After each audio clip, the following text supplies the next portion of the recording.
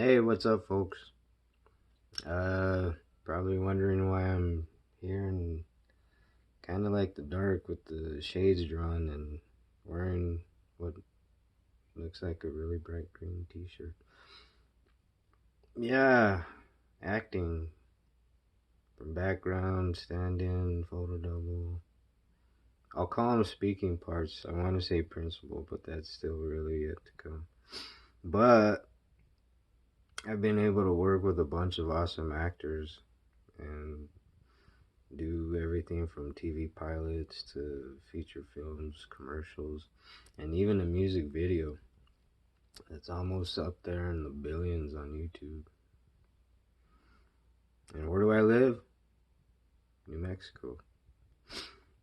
Yeah, of all the places in the world, the film industry has come here in the past few years and really had an impact on me and the growing community that's thriving as I speak, as we speak. Yeah, you get it.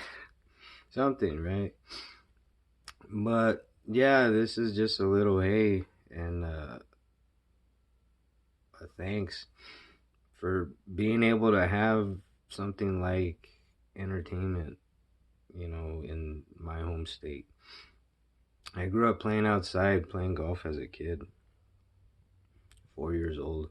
Followed my brother and fell in love with it. The city program, and I got a college scholarship out of it. You know, long story short, but to a ranked school in NCAA golf. Yay me. But yeah, you know how life happens and you just do stuff like all this. Yeah, be real, go out there and put yourself out there. Be honest too. That's the biggest thing. So like for me, I started out with my dad, following him with his bands and stuff like that, kind of hanging out with the other bands, kids, and under other bandmates kids, other bands kids. Yeah, I'm getting old. It's cool, but that's fine. And from there I just started like DJing in sixth grade. I started DJing in sixth grade. There was a cool school program where like all the nerdy kids would sign up for, and they would put on like the school dances and stuff like that. Yeah, that's me. But nerdy kids, yay. Everybody, yay. There's really no hate. But like I was one of those kids that just hung out with everybody. Small rural area in New Mexico, tiny town. But a lot of stuff has happened from my hometown, Socorro, New Mexico. And yeah, I started teaching golf lessons at 12. I started working as a caddy at 8 and just developed my passion for working with people and families and stuff like that. Like I used to have fun with it, and it was just awesome. Cause I was teaching kids younger and older than me, so I got a really awesome experience there. That not too many other kids had, if any at all. So I carried that with me, and I graduated high school, class president, all kinds of cool stuff, golf scholarship, things like that. And my mom, she was sick with cancer at the time. My parents had split up, so I was just kind of, trucking along. So I went and did the New Mexico Military Institute golf scholarship, part of life for 2 weeks. It lasted 2 weeks. And then I came home. It was a bunch, to handle back then. And, I had a girlfriend at the time and was just like, well, family, maybe, yeah. But that didn't happen, you know. So I ended up, breaking up with the girl and stuff like that. And, mom got worse. She got sicker. So I had to kind of stay around. But I ended up, moving to Albuquerque and going to work and learning to live on my own, getting that experience with guys that I grew up with in Socorro. and we worked at a thrift store, and it was fun. I started jamming. I started playing bass in a band with my buddies there, and I remember the first show. It was a Halloween show, and we didn't even have any songs. We just had notes. We didn't even have any riffs. But I wanted to play in front of people. I was like, hey, let's go have fun. And we did. We ended up having fun. There was a bunch of people there. There was people digging it. And there was a video of it too. And I'm there like with my back to the crowd, like, what is this? But still having fun. And like the drummer's like stiff as a board, like scared. And the guitar player is just kind of with his head down and his hair covering his face, and is just like trying to hide while wanting to be in front of people. It was funny, but it was cool because I did that. That's an experience, Fuck it. Excuse my language, but it's real. It was rock and roll. So I started working as a stagehand and getting more into music and things like that. So I worked shows like the Super Bowl and Dancing with the Stars. Jackson Brown was my first show. Bob Dylan, Slayer, Blue Man Group, Ozfest, all kinds of shows.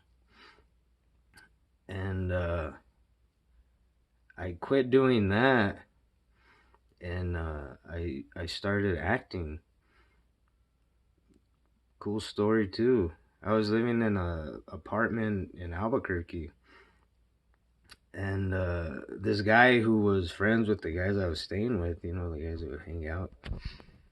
Uh, he went to school with them like in high school, and they were buddies. And then he went to college at UNM, and they used to make fun of him, like, why are you into acting and stuff like that. So one day he goes by the apartment and he says, hey, any of you guys want to go with me to a casting call? And they started laughing, I was like, man, I'm tired of this. I said, yeah, bro, I'll go with you, let's go. And I was like, let's say 30 to 40 pounds lighter, all enthusiastic, like gung ho. I didn't have a telephone, a car, nothing. So we go to the casting call and, get our picture taken and things like that. And like a couple weeks later, he comes back by the apartment.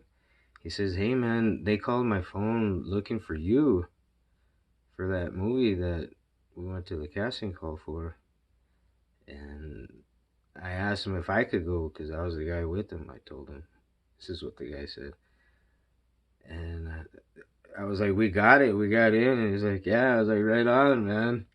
So, like, it was cool. I never thought that would happen, but it was like showing the guy camaraderie, like a buddy, like a friend. Like, yeah, you don't have to feel left out, man. I'll go with you.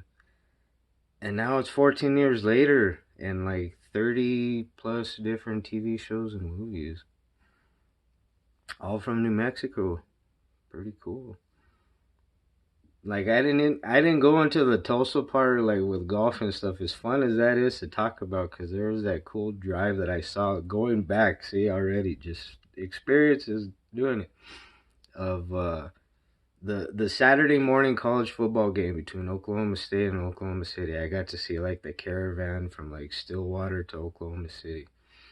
It was cool, man, and I was just like, oh, cool, right on. Going back, going back home is like, okay, you went and did stuff, try to walk on golf at Oral Roberts, and it just didn't happen. I was working at a golf course in Broken Arrow, Oklahoma called Forest Ridge, and it was fun.